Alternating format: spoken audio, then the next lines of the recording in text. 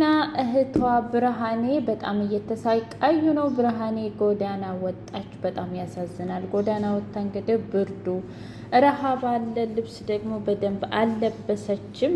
እውነት በጣም ያሳዝናል። እባክህ ተወኝ፣ እኔ አላፈቅርህም አልወድህም ብትለውም እንኳ በፍጹም ሊሰማት ፈቃደኛ አይደለም ማለት ነው። አፍቃሪ ተብዬው ጭራሽ አፈቅርሻለሁ ብሎ ቁጭ አላለም እንዴ? እንዴ ፍቅር እንደዚህ ነው? ፍቅር እንደዚህ ነው እንዴ? አናቅምኛ እንዴ? የግድ አፍቅሩኝ፣ በዚህ የግድ አፍቅሪኝ፣ የግድ ሞታለሁ ብሎ ነገር በጣም ያሳዝናል፣ እውነት ለመናገር ማለት ነው። እና በፍጹም እሺ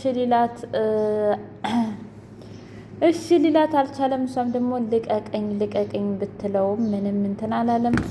ፍቅር ይቺ እውነት ለመናገር ይሳደብ ነበር። ለካይቲ መሳደብ አይወድም። እና ፍቅር ደግሞ አረመኔ፣ ፍቅርን በግድ አፍቅረኝ የምትል ሴት እየሆነች ማለት ነው። ፍቅር እኮ ነግራኝ ነበረ ያኔ እሷን በዱላ ነው እንጂ እንደዚህ ዝም ብለህ እንደዋዛ ልታሰምጣትና ልታፈቅራት አትችልም ብላኝ ነበረ። ለካስ ልክ ነበረች ብሎ ግግም አለ ማለት ፍቅር። አዎ ፍቅር ብሎ ነገራት። ሰላም ውድና የተከበራችሁ የቻናል ቤተሰቦች እንዴት ናችሁ? ሁሉ ሰላም፣ ሁሉ መልካም። ምን እግዚአብሔር የተመሰገነ ይሁን ሰላም ነኝ። ለዚህ ቻናል አዲስ ሆናችሁ ላይክ፣ ሼር፣ ሰብስክራይብ በማድረግ ቤተሰብ የሆኑ ነበር ሰዎች ደግሞ ስለምትከታተሉኝ ከልብ አመሰግናለሁ። አንድ ጥያቄ ልጠይቃችሁ፣ ኮሜንት ላይ አስቀምጡልኝ ማለት ነው። እውነት በቀጣይ ቪዲዮ ማን ይሆን አደይን የሚያወጣት? ባርኮት ወይስ ደግሞ ኤላ ወይስ ደግሞ ዴቭ? ካልሆነ ደግሞ የእውነት ፍቅርስ እውነቱን ትናገር ይሆን ወይስ አትናገርም? መናገር አለባት ወይስ የለባትም የሚለውንም ኮሜንት ላይ አስቀምጡልኝ ማለት ነው። እንደኔ ግን ፍቅር ብትስተካከልና ብትናገር ባይነኝ። ምክንያቱም ፍቅርን በግድ ብሎ ነገር የለም ማለት ነው። ፍቅር በፍላጎት እንጂ በግዴታ አይደለም ማለት ነው።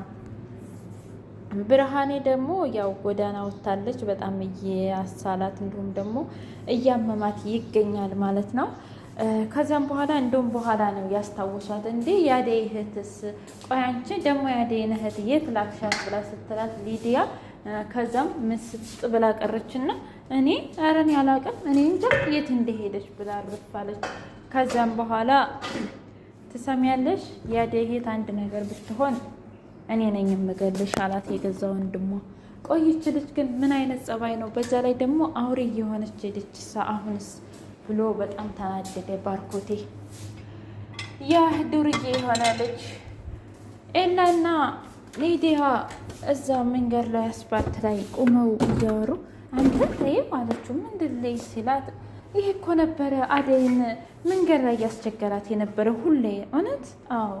እኔ የምልህ አንተ ሰው አደይን አይተሃል እንዴ? እንዴ እኔ አደይን ጠባቂ ነኝ እንዴ አላት። ነገርኩ አደይን አይተህ ከሆነ እና አግታ ከሆነ ብትመልስ ይሻልሃል፣ ምክንያቱም ጥሩ አይሆንም ብላ ነገረችው። አይ አንቺ ሴትዮ አንቺ እንደሆንሽ አብደሻል፣ እኔ ምንም ነገር አላደረኩም ነው የምልሽ ብሎ መለሰላት። ከዛም በኋላ እውነቴን ነው የምልህ ኤላ፣ እሷ ፍቅር ነች እንደዚህ ያደረገችው። ምክንያቱም ፍቅር ወንድሜን በጣም ስለምታፈቅረው እሱ ደግሞ አደይን ስለሚያፈቅራት ለዛ ነው እንጂ ሌላ ምንም ችግር የለም።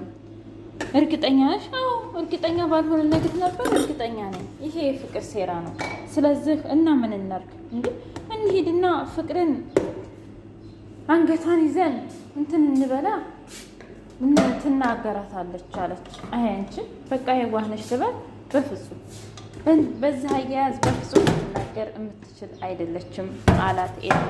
እና ምን ላድርግ? እሷ እኮ በጣም ታሳዝናለች። አዎ እውነት ለመናገር እህቷ ራሱ አዳሯ ሙሉ ምንም እንቅልፍ አላየችም። ስለ እህቷ ስታስብ ነበረ እና እውነት በጣም ታሳዝናለች በማለት መለሰችለት ለኤላ። ከዛም በኋላ እቤት ከመጣይ በኋላ እኔ የምልሽ ቆይ አንቺ ግን ለምንድን ነው አደይ ማገት የፈለግሽው? ኧረ እንደው ምኔቱ አረመኔ ነሽ አለቻት። ኧረ እባክሽ ቆይ አንቺ አደይ ብትታገት አንቺ ምንሽ ነካችሽ? ደግሞም እኮ አንቺ ራሱ ደስ ሳይልሽ ነው እንዴ? ማለቴ ያው ኤላን በግላጭ ታገኘዋለሽ አለቻት። ከዛም በኋላ ሊዲያ አይ እኔ ኤላን በራሴ ታግዬ እጅ ማድረግ ነው እንጂ የሚፈልገው በፍጹም እኔ አደይ አፈቀረችው ብዬ ወይም ደግሞ እሱ ለአደይ ስሜት ሲኖረው እንኳ በፍጹም እንደዚህ አይነት ነገር አላደርግም ብላው እረፍ አለች። እኔ በራሴ የምተማመን ሴትዮ ነኝ። እኔ እንዳንቺ ዝም ብዬ የሰውን ህይወት አላመሰቃቀልም። አዎ እኔ አልወዳትም፣ ነገር ግን ደግሞ እንደዚህ ስትሰቃይ ማየትም ደግሞ ደስ አይለኝም። አንቺ ግን በጣም አረመኔ ነሽ ስትላት አርፈሽ ተቀመጪ፣ ደግሞ እዚህም ቤት ጥገኛ ሆነሽ እኔ ልትናገርኝ አመሻል እንዳለቻት፣ ምንም አይመለከትሽም እንደዚህ አይነት ነገር ድጋሚ ስትናገር እኔ ነኝ በጥፊ መልስሽ ብላ ሊዲያ አስፈራራቻት። ዴቭ አንድ ነገር ብትሆን እገልሻለሁ። እኔ እውነት ዴቭ አይደለሁም እንዴ ፍቅር፣ ቆይ ከዚህ በላይ ምን ታደርገኝ? በፍቅር እኮ አሰቃይተኛል አለች። ነገርኩሽ እኮ እኔ አንቺን አላፈቅርሽም፣ አልወድሽም። ቆይ ለምንድን ነው የማይገባሽ አላት። ቆይ ለምንድን እሷ ከኔ የተለየች ምን ነገር አላት? ጸባይ፣ መልካም ነገር፣ ብዙ ነገር አላት። እስኪ ንገሪኝ አንቺ ምን አለሽ? አሁን አንቺ ምን አለሽ ብሎ በጣም ደሟን አፈላው። እኔ ፍቅር አይደለሁም ብላ እህቷ ጋር ሄደችና ታውቂያለሽ ያችን ተገላገልኩ ስል አንቺ ደግሞ ይባስ ብለሽ አንቺም ዲቭን ለማማለል ሞክርሽ ውጪ አለቻት። እንዴ አሁን የት እሄዳለሁ? ምንስ መሄጃ አለኝ ስትል እኔ አይመለከተኝም፣ የትም ሂጂ፣ ጦንጦሮጦስም ግቢ፣ አይመለከተኝም በማለት በጣም ተቆጣችና ተናገረቻት። እሺ በቃ ይወጣልሻል፣ እንደዚህ ብዙ አትናገሪ ብላ ብርሃኔ ወጣች። ምን መሄጃ አለኝ እያለች በሀሳብ እየተቆላች መንገዱን በሙሉ እያለቀሰች ሄደች። አንድ መሬት ላይ አዙሯት ወደቀች። እውነት በቀጣይ ክፍል ብርሃኔ ጭንቅላቷን ትመታ ይሆን ወይስ ደግሞ የሆነ ሰው ይደርስላት ይሆን? እኔ በጣም አሳስቦኛል። በሌላ በኩል ያዱርዬ ልጅ ምንም ጭራሽ ልነቃ አልቻልኩም እና የሆነ ማንቀሳቀሻ ነገር ያስፈልገኛል ብሎ ሲለው እንደዛ ከሆነ ጠላ ይዤልህ እመጣለሁኝ ብሎ ጠላ ይዞለት መጥቶ ጠላቸውን እየገለበጡ ቆይ አንተ ምንም አላረካትም ዛሬ አለው። አረ በፍጹም ታውቃለህ ልጅቷ በቃ የሆነ የምታሳሳየ ነገር አለ። አረ እንደዛ አትበል ባክህ፣ ነገርኩህ እኮ አሁን ይሄን ጠጣና ዲፈራት ግን እኔን አንድ ቀንም ታታሳየኝ ሲለው ግን ብጥላኝስ አለው። እንዴ ድሮስ ተወድህ ነበር እንዴ አለና ሳቀበት።